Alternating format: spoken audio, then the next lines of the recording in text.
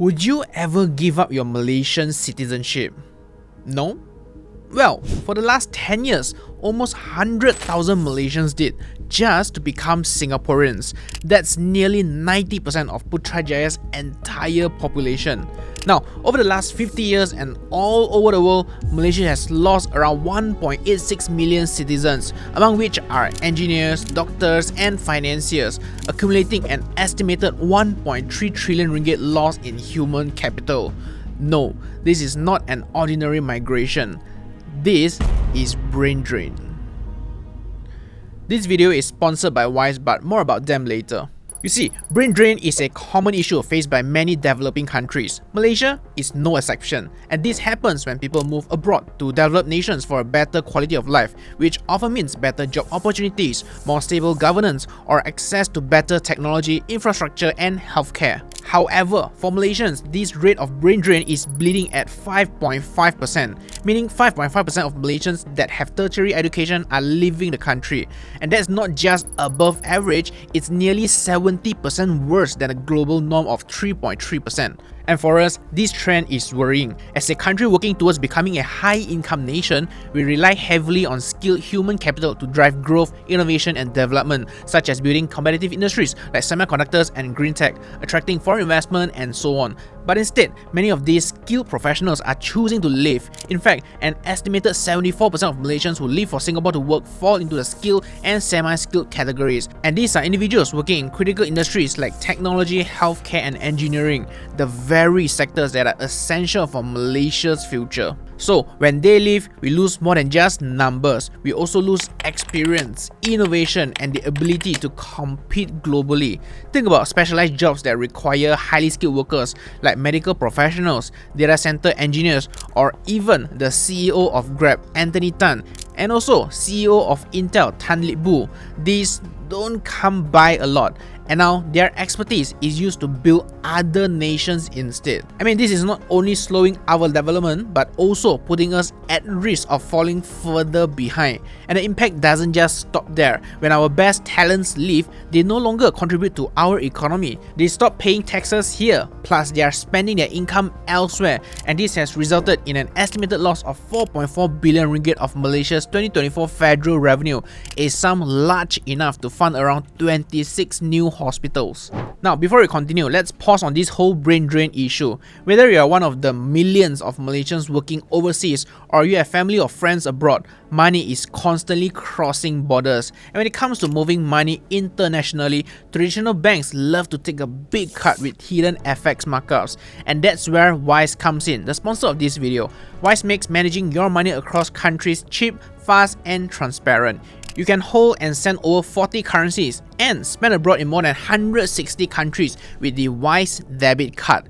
Plus, you always get the mid-market exchange rate, the same one you see on Google, with no hidden fees whatsoever.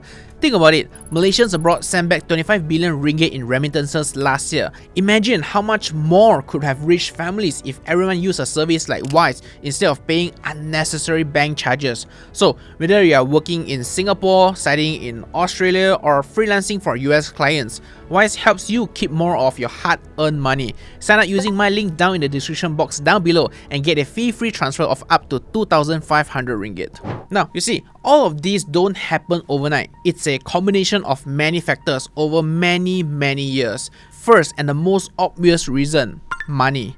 Malaysia, as a developing nation, simply cannot match the salaries offered by developed nations. If you're a doctor, an engineer, or even a fresh grad, the difference in pay between Malaysia and other developed nations like Singapore, Australia, or the US is huge. In fact, around 4 to 6 times of Malaysia's. But an increased salary is not everything. It's about what that money can do as well, right? It's purchasing power, how much your ringgit can buy in real life. Because you see, when you factor in the rising cost of living here at home for most Malaysians, the urge to live might be even stronger. And yes, while the cost of living in Singapore is high as well, the math often still works out in their favor. We did a calculation earlier this year comparing the cost of living in Singapore versus Malaysia for a fresh grad, and it turns out that you can actually end up with 5 times more cash in hand at the end of the month over there. And let's not forget the strong Singapore dollar that has performed better than ringgit over the years against the US dollar, and it's obviously worth more. And this means that for a skilled professional, it often feels like their hard work and expertise are undervalued at home and are only worth a fraction of what they would be in another country. Now, beyond salary, ambitious professionals are also looking for growth, personal satisfaction, and a place to make a real genuine impact. Studies have shown that those who leave often find better career prospects overseas, especially in sectors that Malaysia is lacking in, like technology sector. And one of the key reasons is our low investment in innovation. In 2024, our spending on research and development was only at 1% of GDP, while tech leaders like South Korea invested around 5.2% and Japan poured in 3.7% of their GDP in 2023, and this in turn resulted in fewer specialized, high-skilled professional roles, limiting advanced career opportunities. And then there's employment scarcity. Skilled Malaysians sometimes struggle to find suitable jobs here in Malaysia, and data has shown that skill-related mismatch in Malaysia has worsened from 22.9% in 2016 to 32.4% in 2023. That's 1/3. And when a third of our skilled workforce is in jobs that don't match their qualifications, it's no surprise that the amount of talent crossing the causeway continues to grow over the years. And this might also explain why increasingly more Malaysians are drawn to alternative career paths like gig jobs and freelancing. Although this entrepreneurial spirit could boost the economy if these ventures grow large enough to create jobs, there is still a downside as many of these workers often lack the essential protections under the labour laws, leaving them without protections like minimum wage guarantees, retirement funds, etc. etc. And also, for many, the decision to leave isn't just about money and jobs. The education system in Malaysia is another critical factor. A strong education system not only attracts global talent, but more importantly, retains our own talents. Unfortunately, Malaysia's education system has long been criticized as outdated, inconsistent, and unable to just keep up with global standards. Since 2015, Malaysia's PISA scores, which measure student performance in mathematics, reading, and science, that number have been on the decline. And by 2022, our average scores in all three subjects fell below the combined average of the 6 largest ASEAN countries. And needless to say, this is alarming because education is the very foundation of a country's future workforce. And that doesn't help when we have the Bumiputra quota system in higher education under the new economic policy, which has, like it or not, created a strong inequality in access to tertiary education. I, for one, myself finished SPM with 9 out of 11 A's. I mean, while not perfect A++, I did not get shortlisted for any engineering course with our public universities. And also, just very recently, a STPM student who scored a perfect 4 flat CGPA was outright rejected from all 6 public universities for the course that he wanted. I mean, I will leave it for you to comment below if it's fair. Now, if we dig even deeper, you will see that more than 80% of students that were enrolled in public universities in 2022 are actually Bumiputras. And for some non-Bumi families, especially those who are more capable, this pushes them to consider sending their children overseas. And the reality is, a significant number of those who leave for education abroad never return eventually.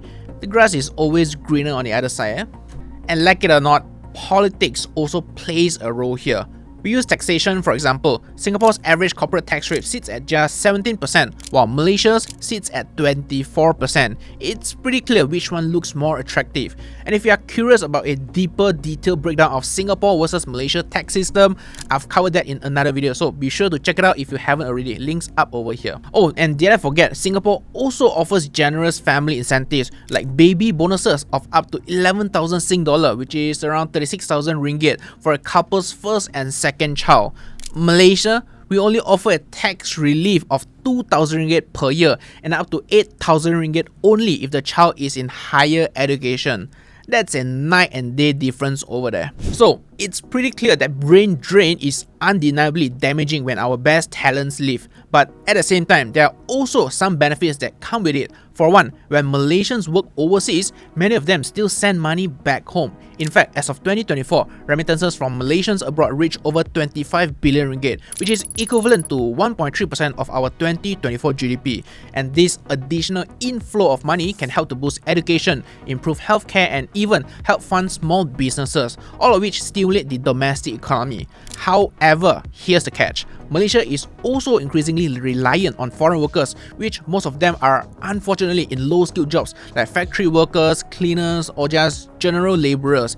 From just 1.7 million in 2017, the number of legally registered foreign workers have grown to more than 2.4 million in Q1 2025. And remember, that's only the official number. The unregistered figure could be much higher. So, as a result, the remittances flowing out of Malaysia, largely from foreign workers, are estimated to be at 54.9 billion ringgit, significantly higher than the inflows from Malaysians working abroad sending in. And this gap has widened further with the recent hike in minimum wage. So, whatever economic gain we can expect from remittances is, at best, limited. But here's the real silver lining. It's something called brain circulation. When Malaysians leave, they often gain access to advanced knowledge, training, and world-class systems overseas. And when they eventually return, if they do, they bring back not just skills, but also valuable experience, global networks, and also innovative practices. One of the best examples of this is TikTok in China, a platform with over 1 billion monthly active users worldwide. Its founder, Zhang Yiming, although studied in a local university in China, he once worked at Microsoft, where he got to see the inner workings of a global tech giant. Took it back to China and he modeled ByteDance management styles after some of the US tech companies like Microsoft and Google, and look where they are today. And Malaysia might just be on the verge of something similar. Recently, Datuk Puah, the inventor of the world's first single-chip USB flash drive, made his return to launch My Storage, a high-value integrated circuit IC design center. Hopefully, a move that could finally push Malaysia closer to building a true high-value industry. But still, turning brain drain into brain gain is not automatic. It only works if Malaysia creates the right environment for talents to return. Over the years, Malaysia has introduced several initiatives to lure back our best talents. One of the most notable one is the Returning Expert Program, or REP. Launched back in 2001, the REP offers a 15% flat income tax rate for 5 years, a significant cut compared to the 25 to 30% usually paid by high earners. It also grants an exemption on excise duty of up to 100,000 ringgit for one locally assembled vehicle. And this means a car like the BMW X3, priced at around 320k, could be effectively purchased for around 220k, a 30% saving. That's massive. And the government has also introduced other initiatives such as the My Heart Career and Facilitation Fairs, which help Malaysians abroad to discover job opportunities and connect with top-notch employees back home over here.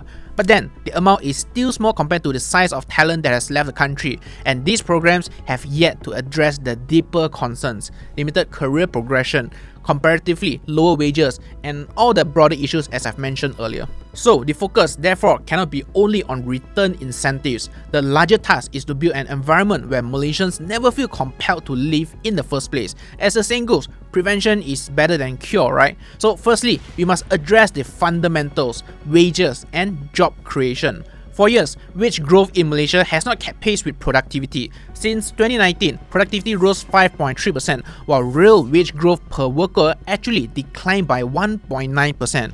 And one key reason for this is that Malaysia remains trapped in the middle of the global value chain. You see, for decades, Malaysia's economic strength came from its role as a leading manufacturing hub. We have excelled in assembling, packaging, and testing, especially in the semiconductor sector. However, the reality is that those processes are close to the lower and middle of the value chain, which offers the thinnest profit margin and is vulnerable to competition. And compare that to the semiconductor design that yields profit margins of around 30 to 50%, assembly and testing typically generate only just around 25 to 35%. So we lack the kind of high-value, innovation-driven economy seen in countries like Singapore, the US, or even China today. And the good thing is, the government is aware of this, and some of the stuff is in motion already, with initiatives like the New Industrial Master Plan 2030 or NIMP 2030 and the National Semiconductor Strategy NSS. Malaysia is aiming to climb the value chain, and with players like Datuk Puah's new company, there's a hope that we can shift from being just manufacturers towards true creators. But here's the catch: making that leap is not solely about policies or investment. It depends on people and their talent as well, and that brings us to education, a critical pillar in nurturing talent. The Malaysia Education Blueprint 2013 to 2025 is coming to an end, and a new one is set to be introduced soon. And over the past decade, decade, there have been notable improvements such as the increase in enrollment percentage and also the reduction in dropout rate. But that said, our quality of learning still needs much more improvement. Currently, our exam-oriented system incentivizes students to memorize answers instead of applying critical thinking and problem-solving skills, both of which are essential for innovation in today's economy. And of course, making secondary education compulsory is definitely a positive step forward, and it goes a very long way. And at the same time, private education in Malaysia is booming as well, largely due to our natural advantage, language, cultural diversity, and strategic location. And this is good news as we are also importing talent into the country. But here lies the next challenge, and it could very well be a deal breaker. Despite attracting international students and foreign professionals, Malaysia often feels like a temporary stop rather than a long-term home. And that's because our immigration policies make it difficult for highly skilled foreigners to stay here. For many expats, getting a permanent residency or PR is notoriously difficult, which makes medical care and education more expensive for their families. In Malaysia, PR approval can take a decade or even more, with little transparency and strict quotas. Although yes, we have the Resident Pass Talent RPT, a 10-year renewable pass for skilled expats, but it's still not the same as PR, which offers more stability for those families. Now, compare this with Singapore, where professionals can apply for PR after just half a year to 2 years on an employment pass with very transparent processes. These interns makes over 500,000 people, or more than 8% of their total population holding PR status over there. And this difference is critical. It shapes perception, making Malaysia feel like a transit point instead of a destination. And many international students come here for undergraduate studies, but eventually head to Western countries for postgraduate education and citizenship because they see more opportunities for long-term success or family building there as compared to being here in Malaysia. And attracting more foreign professionals doesn't mean we neglect local talent. In fact, we need to strike a healthy balance where skilled expats help build industries that in turn create jobs and transfer those knowledge to local Malaysians. And the government has responded with a new policy proposal in early 2025 where companies are required to hire and train 3 Malaysian interns for every 1 expatriate they hire. And let's not forget, Malaysia is also facing a declining birth rate. Becoming more open and talent-friendly might no longer be a choice, but a necessity to sustain the country's economic growth. Anyways, don't forget to check out Wise, the smarter way to manage your money internationally. Cheaper, faster, and more transparent. Sign up using my link down below and get a fee-free transfer of up to 2,500 ringgit. Thanks for watching.